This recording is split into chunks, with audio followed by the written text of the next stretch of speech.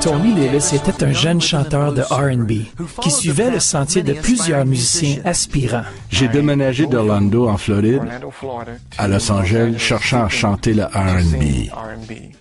Les rêves de Tony de devenir une star ne se matérialisaient pas. Donc, il se tourna vers Dieu pour de l'aide. J'ai commencé à prier dès ce moment. Je me suis dit, quelque chose doit arriver. Je sais, Dieu, que si tu es vrai, tu viendras m'aider à m'en sortir. J'ai donné ma vie à Christ dès cet instant. Ma vie a changé de direction. Je veux faire du gospel.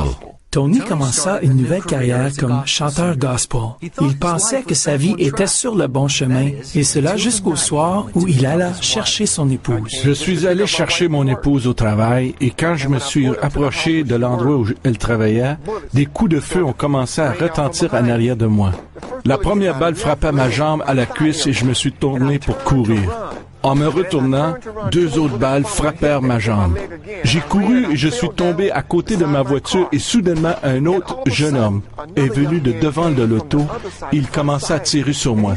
Une balle me frappait sur le côté droit à la cuisse et une autre balle frappait le sol, déviant et transperça ma jambe. Soudainement, une balle effleura mon visage, ma poitrine et j'ai dit « C'est assez au nom de Jésus !»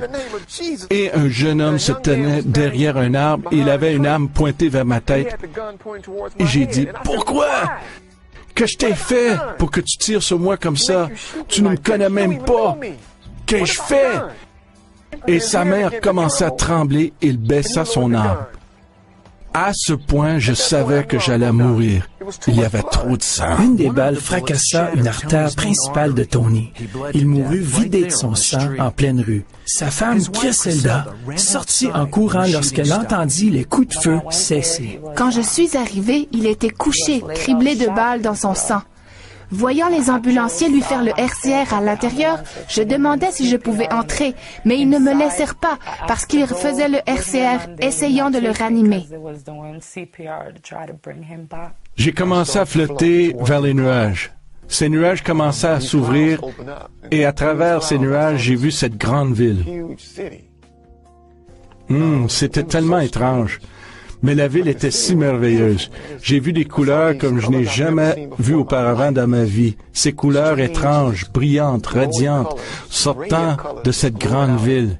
Soudainement, cette voix me dit, « Ce n'est pas encore ton temps. Retourne. » Et moi, j'ai dit, « Non, non, non, non, non, pas du tout. » Il a dit mon nom. « Tony, ton travail n'est pas encore terminé. Retourne. » Le docteur l'avait déjà prononcé mort. J'ai ouvert les yeux et j'ai regardé. J'étais branché sur la machine qui me maintenait en vie. Cette chose était dans ma gorge. Ce grand tube avec une trachée qui était dans ma gorge et ce docteur qui se tenait au-dessus de moi.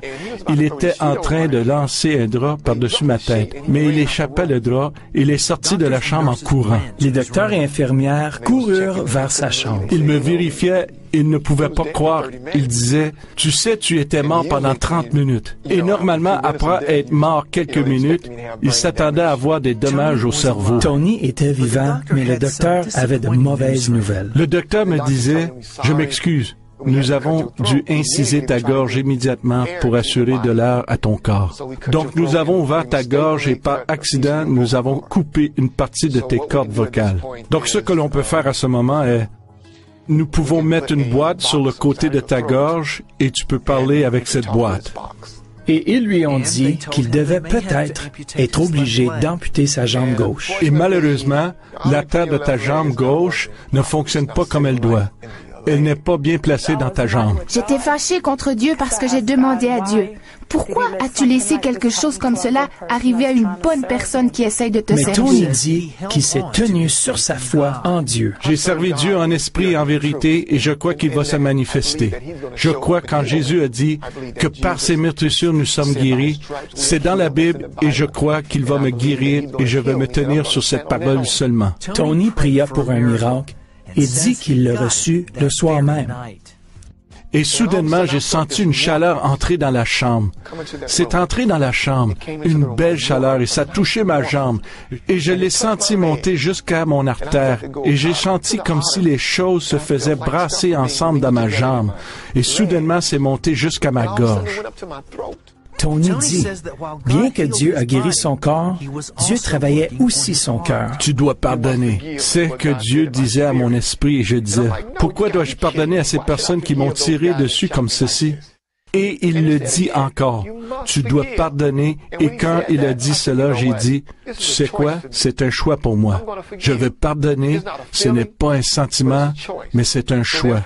Donc je pardonne. Donc la police dit à Tony qu'il était probablement la victime d'une initiation dans un gang local. Je crois vraiment dans mon cœur que c'était un miracle de la manière dont mon mari a été fusillé. J'ai vu des gens arriver à l'hôpital ayant été atteints par une balle mourir. Lui, il a reçu 5 balles. Il était mort. Mais Dieu l'a ramené pour une raison. Tony chante toujours le gospel et partage là où il va.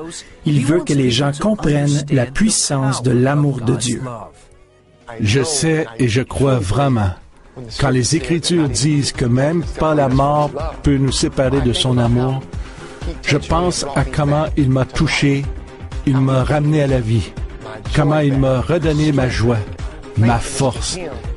Je suis totalement bouleversé par sa grâce et sa miséricorde.